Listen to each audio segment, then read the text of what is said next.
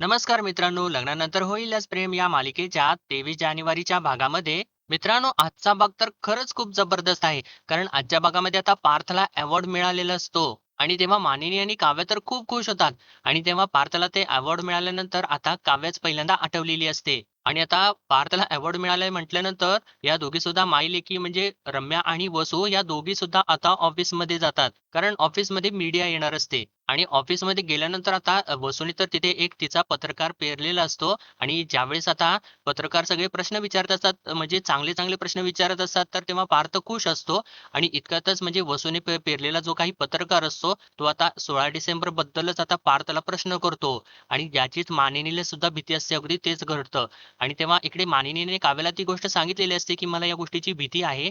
त्यामुळे आता काव्या बरोबर त्याच वेळेला तिथे एंट्री घेते आणि पार्थला सगळं काही सावरून घेते. तर तेव्हा आता परत या दोघींच्या तोंडामध्ये चपराक बसते. आणि इकडे तर मित्रांनो, जीवाने एक मूर्खपणा केलेला आहे परत, की तो नंदिनीला आता परत परत मिळवायसाठी म्हणजे तिने ती जी काही चिडलेली असते त्याच्यावरती, तर त्याच्यासाठी आता तो चक्क गुड्डूच्या हातून फ्रॉन्झ करी खातो. आणि त्याला माहिती असतं की ते फ्रॉन्झ खाल्ल्यानंतर त्याच्या जीवावरती बेतू शकतं. तरी सुद्धा आता तो मित्रांनो नंदिनीसाठी तो फ्रॉन्झ करी खातो. आणि ते खाल्ल्यानंतर आता खरोखरच त्याला एवढी जोराची रिएक्शन येते. आणि तेव्हा आता गुड्डू तिला फोन करून सांगतो नंदिनीला, की "नंदिनी भाऊजी, जेव्हा भैय्यानी प्रॉन्स खाल्ल्यानंतर त्यांना त्रास होत आहे." आणि नंदिनीला आता नेमकं ते म्हणत नाहीत का, की "लांडगा आला रे आला." असं काही आता जीवाच्या बाबतीत होतं. आणि नेमकं आता नंदिनी म्हणते, "नाही, नाही, ते नाटक करत आहेत आणि त्याच्यासाठी तर मी तिकडे येणारच नाही." आणि आता बघूयात मित्रांनो, की जीवाच्या बाबतीत काय होतं ते. कारण नंदिनीने तर सांगितलेलं असतं, की "मी येणार नाही." तर मित्रांनो, आजच्या भागामध्ये हे सगळं काही असं घडलेलं आहे. तर चला आपण आजच्या भागाला सुरुवातीपासून बघूया. आता नंदिनी जीवाला बोलून बोलून निघून जाते. आणि त्यानंतर हा गुड्डू तिथे येतो आणि विचारतो, "गेला काय नंदिनी भाऊजी?" तर तेव्हा जिव्हा एकदमच म्हणतो, "गेला." आणि त्याच्याकडे बघून म्हणतो, "अरे कुठे गेला होतास तू?" तर गुड्डू म्हणतो, "ते आमचा पार्सल आला होता ना, म्हणून तिकडे गेलो होतो." तर तेव्हा जिव्हा म्हणतो, "अरे ती मला बडबड करून गेली म्हणून तू माझ्यासाठी दारू घेऊन आलायस? पण मी अजिबात दारू पिणार नाही." आणि त्यानंतर तो जिव्हा एकदमच त्याच्या पिशवीमध्ये हात घालतो, तर त्याला काहीतरी टोचतो जोरात. आणि तो एकदम ओरडतो, "अरे काय रे, काय आहे याच्यामध्ये?" तर तेव्हा गुड्डू म्हणतो, "अरे काटा टोचला का?" तर जिवा म्हणतो, "अरे, अरे कसला काय? काय आहे याच्यामध्ये?" तर तेव्हा गुड्डू म्हणतो, "कोवळी, कोवळी आहे याच्यामध्ये." तर तेव्हा जिवा म्हणतो, "अरे कोळंबी नाही, कोळंबी म्हणजे झिंगा. अरे फ्रॉन्ज, फ्रॉन्ज आहे याच्यामध्ये." आणि गुड्डूला परत आपल्या जवळ बोलवत म्हणतो, "तुझ्या हातची कोळंबी म्हणजे कोळंबी सगळ्यात आधी मीच खाईन." आणि त्यानंतर म्हणतो, "आता बायकोसाठी काय पण नाही, तर आता बायकोसाठी वेडेपण." म्हणजे आता जेव्हा ती कोळंबी खाल्ल्यानंतर त्याला रिएक्शन होते. आणि ती रिएक्शन झाल्यानंतर आता हा नंदिनीजवळ परत जाणार. अशी आता हा काहीतरी शक्कल लढवत आहे मित्रांनो इथे. तर आता इकडे देशमुखांच्या घरी मानिनी बाप्पासमोर आरती करत असते. आणि ती मनातून म्हणजे पार्थबद्दलच आरती करत असते, बाप्पाकडं मागणं मागत असते. आणि इतक्यातच आता पार्थचा व्हिडिओ कॉल येतो तिला. आणि व्हिडिओ कॉल आल्या-आल्या ती विचारते, "बोल ना पार्थ, पार्थ काय झालं?" तर तेव्हा पार्थ इकडे असं चेहरा वगैरे पाडून तिच्याशी बोलत असतो. "अगं आई तुला काय सांगू?" वगैरे असं म्हणत असतो. तर मानिनीला आता टेन्शन येतं आणि ती विचारते, "अरे पार्थ काय झालं सांग ना. अरे तू असा चेहरा वगैरे पाडून का बसलायस?" तर पार्थ आता तिला सांगू लागतो. म्हणजे तो त्याचा चेहरा असा पडलेलाच असतो. आणि तो तसाच बोलत असतो. "आई म्हणजे गेल्या वर्षी मला तो अवॉर्ड मिळालेला होता आणि गेल्या वर्षीच्या नॉमिनेशनमध्ये सुद्धा माझं नाव होतं. हां, यावर्षीच्या नॉमिनेशनमध्ये सुद्धा माझं नाव होतं." आणि पुढे तो म्हणतो, "मला वाटलं होतं यावेळी सुद्धा मला अवॉर्ड मिळेल, म्हणजे मी टॉप 30 मधून टॉप 20 मध्ये येईन." पण असं तो बोलत असतो तर मानिनी त्याला विचारते, "अरे पण बोल ना पार्थ काय झालं? अरे तुला मिळाला नाही का अवॉर्ड?" तर तेव्हा पार्थ शांत झालेला असतो. तर मानिनी आता त्याला सावरू लागते, म्हणते, "अरे पार्थ ठीक आहे ना, एवढं काय त्यात? अरे तू असं हिरमुसून जाऊ नकोस हां. अरे पार्थ एक गोष्ट लक्षात ठेव. हे बघ ज्या परिस्थितीमध्ये तुझं लग्न झालं त्यानंतर एवढा मोठा ॲक्सिडेंट झाला आणि तरी सुद्धा ना तू उत्तम काम करतोयस आणि हे सगळं त्यांना कसं माहिती असणार आहे? आणि तू ते सोडून दे. तू नको विचार करूस." असं ती सगळं काही एक प्रकारे स्वतःला सुद्धा समजावून सांगत असते आणि त्याला सुद्धा सांगत असते. तर तेव्हा आता पार्थ तिच्याकडे बघून एक छान अशी स्माईल देतो. आणि परत तो हसायला लागल्यानंतर मानेनी त्याला विचारते, "अरे काय झालं तू हसतोयस का असं?" तर तेव्हा पार्थ तिला म्हणतो, "कारण ना आई मी तुला फसवलंय." असं म्हणून तो आता त्याच्या खाली त्याने लपवलेलं असतं ते अवॉर्ड काढून मानिनीला दाखवतो आणि म्हणतो, "हे बघ आई मिळालेलं आहे अवॉर्ड." आणि ते अवॉर्ड बघितल्यानंतर मानिनी तर खूपच खुश होते आणि म्हणते, "अरे बापरे! खरंच मिळालं का? पार्थ म्हणजे तू फसवलंस मला. तू आता घरी ये मग मी तुला फटकेच देते की नाही बघ." आणि त्यानंतर म्हणते, "नाही, नाही फटके नाही देत. हे बघ," असं म्हणून त्याला 3-4 फ्लाइंग किसेस देते. तर इकडून पार्थ सुद्धा खुश होतो आणि हिला सुद्धा फ्लाइंग किस देतो. आणि म्हणते, "चला माझी प्रार्थना आणि काव्याची शुभेच्छा दोन्ही सुद्धा फळाला आल्या." आणि विक्रमला केवढा आनंद होईल, तू करून दाखवलेला आहेस पार्थ. तर तेव्हा पार्थ म्हणतो, "अगं त्यात काय एवढं, अशा 6 ट्रॉफीज आहेत त्यांच्याकडे." आणि म्हणते, "वाह! वाह! छान. अरे तू पण मिळवशीलच ना खरं? आता ते राहू देत. बरं सांग पार्थ, तुला काय हवं आहे दुपारी जेवायला? काहीतरी चमचमीत करते मी तुझ्यासाठी." तर पार्थ म्हणतो, "नाही, नाही लंचचं नंतर बघू आपण. कारण ना मला आता भरपूर कामं आहेत. चल मी आता ठेवतो फोन." तर इकडून मानिनी म्हणत असते, "लवकर ये पण." "अरे थांब, थांब काव्या आली." असं ती बोलत असते तर तोपर्यंत इकडे पार्थचा फोन कट करून टाकतो. आणि त्यानंतर तो आता मनात विचार करू लागतो, की मला अवॉर्ड मिळणारच ह्या कॉन्फिडेंटली सांगणाऱ्या पहिल्या काव्याच होत्या. आणि ज्यावेळेस तो असा सगळा काही विचार करत बसलेला असतो, तो क्षण आता त्याला आठवतो. तो त्यावेळेस म्हणत असतो, "यावर्षीचा अवॉर्ड सुद्धा मला मला मिळेल का?" आणि तेव्हा इतक्यातच मागून काव्या येते आणि ती म्हणते, "का नाही मिळणार? अवॉर्ड तर 100% देशमुखांच्या बोक्यालाच मिळणार." आणि तेव्हा ती खिडकीमध्ये बसलेली असते आणि त्याच्या रूममध्ये आलेली सुद्धा नसते. तर पार्थ आता रागा-रागात तिच्याजवळ जातो आणि म्हणतो, "हे बघा तुम्ही काही बोलू शकत नाही तर तेव्हा काव्या म्हणते, "हे बघा देशमुख तुम्ही मला काही सुद्धा बोलू शकत नाही. मी एकही नियम मोडलेला नाहीये. हे बघा आपलं काय ठरलेलं होतं, की मी खोलीत येणार नाही. हे बघा मी खोलीत नाही येत, मी खिडकीत बसलेले आहे. मग नियम तर मोडलेलाच नाहीये मी." आणि त्यानंतर ती आपल्या हातातल्या बोक्याला म्हणते, "कसं आहे ना बोकडी, काळ्याकुट्ट अंधारामध्ये आपल्याला जेव्हा काही दिसत नसतं, तेव्हा एक व्यक्ती आपल्यासाठी दिवा घेऊन उभी असते. आता आपण ठरवायचं, की अंधारामध्ये कुठं जगायचं का काजवा बनून उडत जगायचं?" तर पार्थ तिला विचारतो, "नक्की काय म्हणायचंय तुम्हाला?" तर काव्य म्हणू लागते, "न लढता हारायचं नसतं, न चालता मागे फिरायचं नसतं. अभ्यास केला होता ना, पेपर दिलाय ना, मग भीतीने मरत-मरत बसायचं नाही आणि पाठ थोपटून आपण शाबासकी मिळवायची हे तुम्हीच ठरवा बोकुडी." तर पार्थ आता एकदम काळजीने तिला विचारतो, "तुम्हाला खरंच असं वाटतंय का, की यावर्षीचा अवॉर्ड सुद्धा मलाच मिळेल?" तर काव्य त्याला म्हणते, "देशमुख, यावर्षीचा जर अवॉर्ड तुम्हाला नाही मिळाला ना, तर जगामध्ये ना कुणाला काही मिळेल, नाही मिळेल यावरचा माझा विश्वासच उडून जाईल. खरंच सांगते आणि तुम्हाला कदाचित माहिती नसेल, पण तुम्ही माझे इन्स्पिरेशन आहात देशमुख." तर पार्थ तिला म्हणतो, "नाही, नाही, खोटं बोलताय तुम्ही." तर काव्या म्हणते, "माझे खोटे बोलायचे दिवस आता गेले देशमुख. आता मी जे काही बोलते ना, ते निखळ, निखळ खरं असतं. तुम्हाला खरंच सांगू का? मला कधी-कधी ना खूप कंटाळा आला, अभ्यास करून-करून नको असं वाटलं ना, तर मग मी तुमच्याकडे बघायचे. माझ्या डोक्यात एकच विचारायचा, की हा माणूस थकत कसा काय नाही? या माणसाला कधी एका जागी स्वस्थ बसताच येत नाही. या माणसाला कधी धापच लागत नाही. याचं कारण काय माहिती आहे का? तुमचं तुमच्या कामावरती असलेलं नितांत प्रेम. जसं ना एखाद्या मुलाचं तिच्या प्रेयसीवरती असतं अगदी तसंच. एखादा कवी त्याच्या कवितेबद्दल जेवढं भरभरून बोलू शकतो ना, तसंच तुम्ही भरभरून एका गोष्टीबद्दल नक्कीच बोलू शकता. ती गोष्ट कुठली? दगड, माती, विटा आणि तुमच्या ब्लू प्रिंट्स इतक्या आसोशीने लोक लाखो रुपये खर्च करून फेमस डेस्टिनेशन बघायला जातात ना, साईट इन्स्पेक्शन करताना तुमच्यात तो उत्साह असतो पार्थ. बघितलेला आहे मी तो. एखाद्या आवडत्या मुलीच्या सहवासात एखादा मुलगा जसा खुलतो ना, तसे तुम्ही असता तुमच्या क्लायंटच्या सोबत प्रेझेंटेशन देताना. आणि बघितलेलं आहे मी हे सगळं काही. माहिती आहे मी हे मला हे सगळं काही माहिती आहे.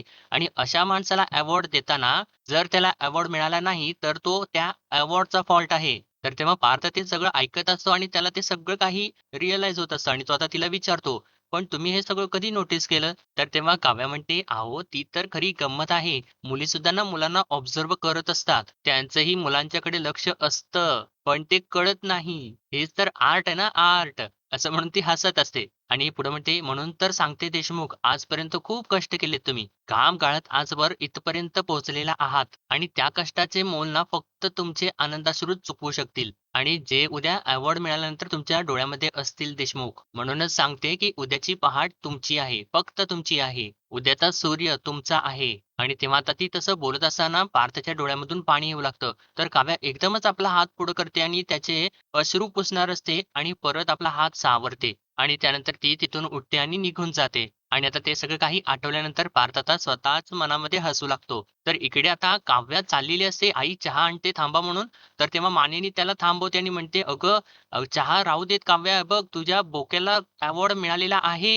तर तेव्हा काव्या म्हणते, "काय, काय म्हणालात?" तर मानिनी सांगते, "त्याला अवॉर्ड मिळालेला आहे. आत्ताच त्याचा व्हिडिओ कॉल आला होता." तर तेव्हा काव्या तर खूप खुश होते आणि तिला मिठीच मारते. तर तेव्हा काव्या पुढे म्हणते, "म्हणजे माझा टॉप 30 मध्ये असलेला आर्किटेक्ट बुक हा आता टॉप 20 मधला झालेला आहे." तर मानिनी सुद्धा म्हणते, "येस, येस." तर काव्या तर तिला धरून गोल-गोल फिरवूच लागते आणि मोठमोठ्याने ती हसत असते, खुश झालेली असते. आणि त्यानंतर ती त्या बोक्याला हातात घेते परत आणि म्हणते, "अरे बोकुडी कळलं का तुला? तुला अवॉर्ड मिळालेला आहे." आणि इतक्यातच आता रम्या सुद्धा तिथे येते आणि मानिनीला म्हणते, "मामी कळालं का? पार्थला अवॉर्ड मिळाला." तर मानिनी सांगते, "हो, हो. त्याचा फोन आलेला होता." तर रम्या एकदमच म्हणते, "आता ना मी त्याला बाहेर घेऊन जाईन.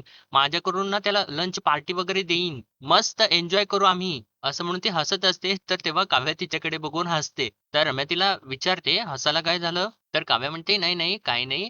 आणि पार्थना जर जेवायला बाहेर जायचं असेल, तर ते त्यांच्या आईसोबत जातील ना. तुझ्यासोबत वेळ घालवायची काय गरज आहे रम्या?" तर रम्या म्हणते, "हे बघ त्याने ना माझ्यासोबत वेळ घालवलेला आहे, म्हणून त्याला आज हा अवॉर्ड मिळालेला आहे. तुझ्या या फडतूस बोक्यामुळे नाही मिळालेला. अनेक प्रोजेक्ट्सवरती ना आम्ही एकत्र काम केलेलं आहे, मेहनत केलेली आहे आणि म्हणूनच त्याला हे अवॉर्ड मिळते आणि आज मीडियासमोर तो हे सगळं काही सांगेलच." तर तेव्हा मानिनी म्हणते, "मीडिया?" इतक्यातच वसू सुद्धा तिथं छान तयार होऊन येते आणि तिला म्हणते, "रम्या चल निघूयात का? अगं मीडियाची लोकं ना ऑफिसमध्ये पोहोचली असतील आणि काय आहे ना मला आज ऑफिसला यावंच लागणार आहे. विक्रम नाहीये ना इंडियामध्ये आणि तुला सुद्धा यावंच लागणार आहे गं ऑफिसमध्ये कारण पार्थच्या यशामध्ये तुझं सुद्धा खूप मोठं योगदान आहे आणि चल निघूयात." असं ती बोलत असताना रम्या तर हिच्याकडे काव्याकडे बघून एक अशी वेगळीच लूक देते आणि त्यानंतर या दोघे सुद्धा आता तिथून निघून जातात. तर इकडे आता आनंद निवास मधला सीन त्यांनी दाखवलेला आहे. नंदिनी आता इथे आनंद निवासमध्ये आलेली असते आणि ती ताई नंदिनीला सांगत असते, "नंदिनी ही आपल्या अकाउंट्सची फाईल आहे आणि आपले फंड्स संपत आलेले आहेत."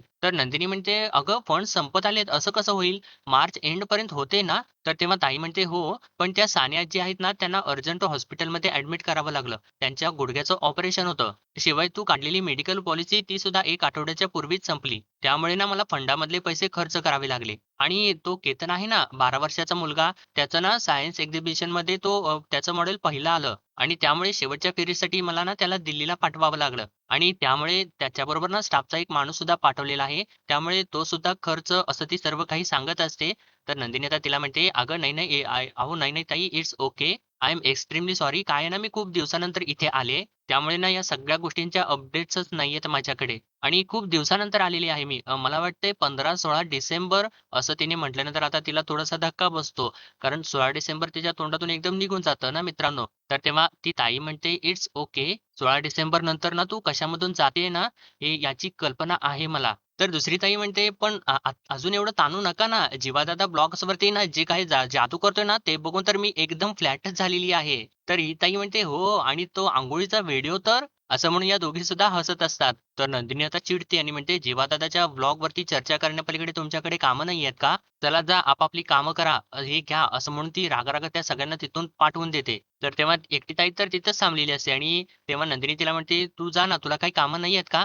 तर तेव्हा ती ताई म्हणते, "अगं आहेत ना कामं, पण तुझा राग न शांत करता मी जर इथून गेले ना, तर माझं कामामध्ये मनच नाही लागणार. हे बघ, हे घे पाणी." असं म्हणून तिला ती पाणी देते. तर आता नंदिनी पाणी पिते आणि तिला म्हणते, "आय एम सॉरी. सॉरी माझी चिड झाली." तर ती ताई परत म्हणू लागते, "ठीक आहे ना ताई, त्यांना तर जीवादादा फक्त व्हिडिओमधून भेटतो. तुला तर रोजच निभवायचं असतं ना ते." तर नंदिनी आता तो विषय बदलते आणि तिला म्हणते, "तुझी लग्नाची तयारी कशी सुरू आहे?" तर तेव्हा ती ताई सांगते, "कालच ना लग्नाचा बस्ता केला. आता पुढच्या आठवड्यामध्ये लग्न आहे." तर नंदिनी म्हणते, "काहीही लागलं ना तर मला हक्काने सांग, संकोच करू नकोस." तर तेव्हा ती ताई लगेचच सांगू लागते, "तुला तर माहिती आहे ना, की माझे आई-वडील नाहीयेत आणि तसं काका आणि काकू गावावरून येणारच आहेत. पण तसे कोणी नातेवाईक नाहीयेत. पण माझी अशी इच्छा आहे, की ज्यांना माझी काळजी आहे, त्यांनीच माझं कन्यादान करावं आणि असं मला वाटते आणि तू आणि जीवादादा माझं कन्यादान कराल ना?" असा ती प्रश्न करते आणि "माझ्या लग्नासाठी जोडीने बसाल ना?" असा ती प्रश्न केल्यानंतर नंदिनी तर आता एकदम विचारातच पडते. तर तेव्हा ती ताई परत विचारते, "ताई सांग ना, बसाल ना, बसाल ना?" आणि तरीसुद्धा नंदिनी अजून सुद्धा त्या विचारातच असते. तर इकडे आता गुड्डूने तर बाहेर चूलच मांडलेली असते. म्हणजे गुड्डू आणि जीवाने मिळून चूल मांडलेली असते आणि गुड्डू आता त्याच्यावरती छानपैकी असं फ्रॉन्स करत असतो आणि इतक्यात त्याचा जीवा कुकर वगैरे आणि तांदूळ वगैरे सगळं काही घेऊन येतो. तर तेव्हा गुड्डू विचारतो, "हे काय सासूबाईने चावल दिला का?" तर तेव्हा जेव्हा म्हणतो, "अरे काय आहे ना, तय्यब अली झोपला होता, त्यामुळे सुमडीत घेऊन आलो आणि मला सांग तुझी प्रॉन्स करी कुठवर आली आहे?" तर तेव्हा गुड्डू म्हणतो, "अरे होतच आलेली आहे. तुम्ही ते चावल करायला घ्या." आणि म्हणतो गुड्डू, "जीवा भैय्या मला तर असं वाटते, की ते प्रॉन्स करी तुमचा फेव्हरेट आहे. काफी काफी उत्साहित दिसत आहे तुम्ही." आणि तेव्हा त्या जीवा तर विचारात जातो आणि तेव्हा त्याला तो क्षण आठवतो. ज्यावेळेस शारदा म्हणत असते, की आता परवा तो आत आलेला असतो तेव्हा, "जेवायला आमच्या पद्धतीची कोळंबी करू का वेगळ्या पद्धतीची प्रॉन्स करी असती ती करू मी?" तर नंदिनी एकदम रागारागात म्हणते, "आई अगं काय चाललंय तुझं? कोळंबी काय, प्रॉन्स करी काय? अगं जीवांना ना प्रॉन्सची ॲलर्जी आहे." आणि आता जेव्हा गुड्डू सोबत खोटं बोलू लागतो म्हणतो, "अरे गुड्डू हे प्रॉन्स तर माझा जीव की प्राण आहे. आणि आज प्राण गेला ना तरी सुद्धा मी प्रॉन्स खाणारच. तर तेव्हा गुड्डू म्हणतो, "अरे खाइये, खाइये, हम खिलाएंगे आपको. तुम्ही ते चावल परोसा." तर तेव्हा जिवाता एका ताटामध्ये गुड्डूसाठी चावल देतो आणि तेव्हा गुड्डू सुद्धा लगेचच त्याच्यावरती प्रॉन्स करी टाकू लागतो आणि त्याच्या हातामध्ये देतो आणि म्हणतो, "ये लो प्रॉन्स खाइये, खाइये." आणि तेव्हा आता जेव्हा त्या प्रॉन्सकडे बघतो आणि एकदा गुड्डूकडे बघू लागतो. कारण त्याला माहिती असतं, की आता ते प्रॉन्स खाल्ल्यानंतर ह्याला खूप जास्त त्रास होणार आहे. तरीसुद्धा जेव्हा आता एक घास आपल्या हातामध्ये घेतो आणि तो खाता-खाता परत थांबतो आणि तो आता मनातल्या मनात म्हणतो, "हे प्रॉन्स खाणं तुझ्या जीवावरती बेतू शकतं जीवा." अरे, पण प्रेमामध्ये लोकं युद्ध लढतात. तू एक प्रॉन्स खाऊ शकत नाहीस. आणि होऊन काय होईल? थोडीशी ॲलर्जी ठीक आहे ना? आणि असं म्हणतो एक घास परत आपल्या हातामध्ये घेतो आणि थोडंसं बाजूला बघतो म्हणजे रिक्षावरती नंदिनी लिहिलेलं असतं आणि ते बघितल्यानंतर आता जेव्हा धाडस करून ती प्रॉन्स करी खातो आणि इकडंच नेमकं आता ती म्हणजे जी ताई असते आनंद निवासमध्ये, ती नंदिनीला म्हणत असते, "ताई सांग ना, सांग ना."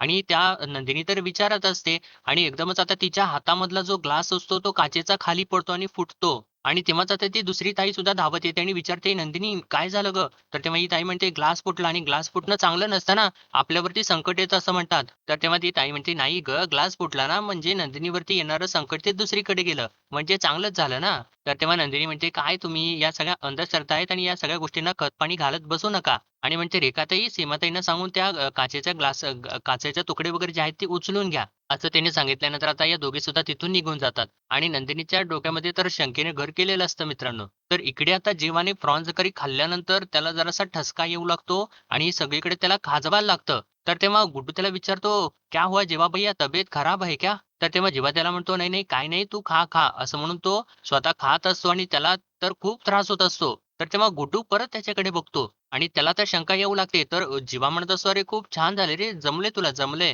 तर गुड्डू म्हणतो, "नाही जीवा भैय्या, हे तर काय तुम्हाला घाम आलेला आहे, कुछ तकलीफ आहे का?" आणि असं आता या दोघांचं इकडे चालू असतं, तर इकडे आता काव्या मानिनीला येऊन विचारते, "आई ऐका ना, आशाताईंना ना आशाताईंनी बाजारामधून छान अशी गाजरं आणलेली आहेत. देशमुखांची आपल्याला एवढी चांगली बातमी कळलेली आहे, तर माझी अशी इच्छा होती, की ना मी ना माझ्या हाताने पार्थसाठी गाजराचा हलवा बनवेन. चालेल ना?" तर मानिनी म्हणते, "हो, हो."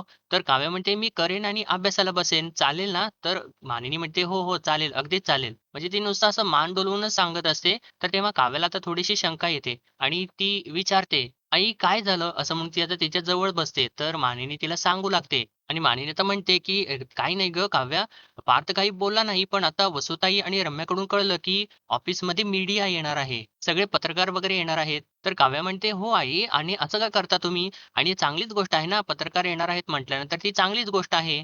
पार्थना एवढं घवघवीत यश मिळालेलं आहे, त्याबद्दल प्रश्न विचारतील ना पत्रकार त्यांना. तुमच्या यशाबद्दल आम्हाला सांगा, तुमच्या आत्तापर्यंतच्या प्रवासाबद्दल आम्हाला सांगा. या सगळ्याबद्दल बोलणं होईल त्यांच्यामध्ये आणि त्यांना चांगलं कव्हरेज मिळेल. तर मानिनी म्हणते, "अगं बरोबर आहे, त्या सगळ्या पत्रकारांनी त्याच्या यशाबद्दल, त्याच्या कामाबद्दलच विचारलं, तर काहीच हरकत नाहीये. तू म्हणतेस ते बरोबर आहे. पण चुकून त्या पत्रकारांच्या प्रश्नांचा रोख जर चुकीकडेच गेला ना, तर प्रॉब्लेम आहे." असं म्हणून आता त्या गोष्टीचं तिला टेन्शन आलेलं असतं. तर काव्या ते तिला म्हणते, "एक मिनिट तुम्ही जरा शांत व्हा आणि मला नीट सांगा बरं तुम्हाला काय म्हणायचं आहे ते?" तर मानिनी म्हणते, "हे बघ 16 डिसेंबरला जेव्हा तू आणि नंदिनी घर सोडून गेलात ना, तेव्हा दुसऱ्या दिवशीच सगळे पत्रकार आलेले होते आणि त्यांनी ना नको-नको ते प्रश्न विचारले आणि ते सुद्धा अगदी घाणेरड्या भाषेमध्ये आणि त्यामुळे ना पार्थचा कधी नव्हे ते स्वतःवरचा आणि त्याच्या रागावरचा ताबा सुटलेला होता." असं ती सर्व काही सांगत असताना आता तिला तो क्षण सुद्धा आठवतो. एक पत्रकार तिला विचारत असते, "अहो तुमच्या लेकाला आणि सुनेला लफडं करताना लाज नाही का वाटली? आणि मग त्या लफड्याबद्दल बोलताना आम्हाला का लाज वाटेल?" असं ती बोलत असताना पार्थ एकदम जोराने ओरडलेला असतो, "शट अप!" आणि त्यानंतर दुसरा पत्रकार म्हणत असतो, "चला रे, हे सो कॉल्ड बिझनेसमन ना प्रत्येक गोष्ट डील म्हणूनच बघतात आणि काय सांगता येत नाही, ही सुद्धा आता या भावा डील असेल." असं तो बोलत असताना आता पार्थ जोराने परत ओरडलेला असतो, "निघा!" आणि आता मानिनी सांगते, "त्यानंतर जे काही झालं ना, ते फारच वाईट होतं आणि या सगळ्याची पुनरावृत्ती होऊ नये एवढंच मला वाटतंय. कारण जर चुकून असे प्रश्न विचारले गेले, तर पार्थला शांत करणारं कोणीतरी ऑफिसमध्ये हवं. विक्रम आता ऑफिसमध्ये नाहीयेत हे तुलाही माहितीच आहे. आणि रम्या आणि वसुताई उड्या मारत अगदी ऑफिसमध्ये गेलेल्या आहेत. म्हणजे अक्षरशः आगीजवळ तेल आणि तूप ठेवल्यासारखंच आहे गं. माणसाला ना चांगलं काम करायला, नाव मिळवायला वर्षानुवर्ष लागतात आणि ते सगळं काही चांगलं नाव कमावलेलं झाकळून टाकायला ना अक्षरशः एखादं निमित्त सुद्धा पुरतं. आणि तेव्हा मानिनी सर्व काही सांगत असते आणि काव्य तर आता त्या गोष्टीचा विचारच करत असते. तर आता इकडे नेमकं त्याच वेळेला ऑफिसमध्ये पत्रकार आलेले असतात आणि तेव्हा ते पत्रकार पार्थला प्रश्न विचारत असतात आणि समोर पार्थ,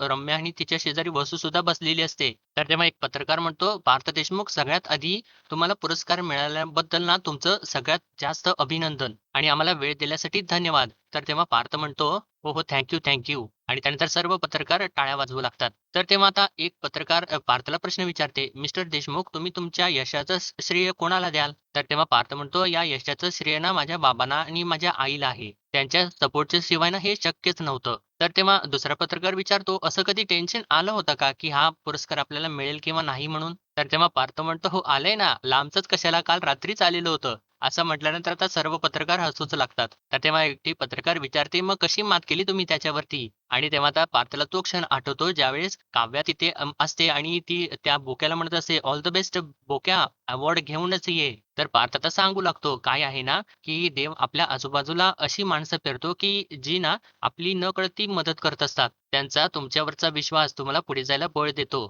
असं म्हणून तो आता रम्याकडे बघतो आणि तिला वाटत असतं, की पार्थ तर तिच्याबद्दलच बोलत आहे. आणि आता वसू समोर बसलेल्या एका पत्रकाराला इशारा करू लागते. म्हणजे तिने एक पत्रकार तिथे पेरलेला असतो. तर तेव्हा तो पत्रकार आता बोलू लागतो आणि पार्थला म्हणतो, "first of all congratulations Parth Deshmukh साहेब, तुमच्या या अवॉर्डबद्दल." तर पार्थ त्याला थँक असं म्हणतो. तर आता तो पत्रकार बरोबर त्या 16 डिसेंबरच्या मुद्द्याला हात घालतो आणि म्हणतो, "तुमच्या आयुष्यामध्ये इतकी वाईट परिस्थिती असताना सुद्धा भरघोस यश कसं मिळवायचं याबद्दल तुम्ही काय सांगाल?" आणि असं त्यानं विचारल्यानंतर आता पार्थ जरासा चिडू लागतो आणि त्याला राग आलेला असतो. तर मित्रांनो, त्यांनी आजच्या भागामध्ये एवढंच दाखवलेलं आहे आणि पुढील भागामध्ये आपण पाहणार आहोत, तो पत्रकार अजून पुढे असे विचित्र प्रश्न विचारत असतो. म्हणत असतो, "बायको पाठीशी नसताना सुद्धा असं भरघोस यश कसं मिळवायचं ना, त्याबद्दल तुम्ही आमच्या प्रेक्षकांना जर मार्गदर्शन केलंत, तर खूप बरं होईल." तर तेव्हा आता त्यानं विचारल्यानंतर पार्थ आता जोराचा ओरडणार असतो त्याच्यावरती. तर तेव्हा इतक्यातच आता काव्या तिथे एंट्री घेते आणि म्हणते, "कोण म्हटलं तुम्हाला, की त्यांच्या